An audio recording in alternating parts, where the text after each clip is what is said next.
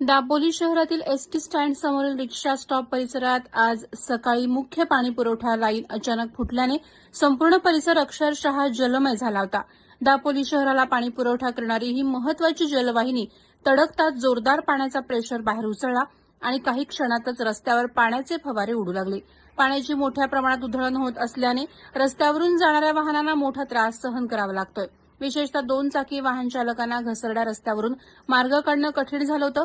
परिसरात निर्माण झालेल्या पाण्याच्या थरामुळे वाहतुकीचा वेग मंदावला असून काही ठिकाणी तात्पुरते अडथळे निर्माण झाले.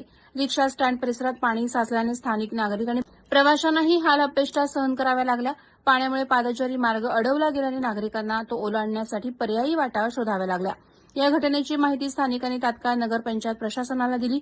मुख्य पाईपलाईनची दुरुस्ती त्वरित करून पाणीगळती रोखावी अशी मागणी नागरिकांकडून जोरदारपणे करण्यात येते. दुरुस्तीपर्यंत शहरातील काही भागातील पाणी पुरवठ्यावरही परिणाम होण्याची शक्यता वर्तवली जाते. दरम्यान नगरपंचायत प्रशासनानं संबंधित तांत्रिक पथक घटनास्थळी रवाना केल्याचं समजतं. दुरुस्तीचं काम वेगानं सुरू करून वाहतुकीवरील आणि नागरिकांवरील अडचणी कमी करण्यासाठी प्रयत्न करण्यात येत असल्याची माहिती प्रशासनाकडून देण्यात आली आहे.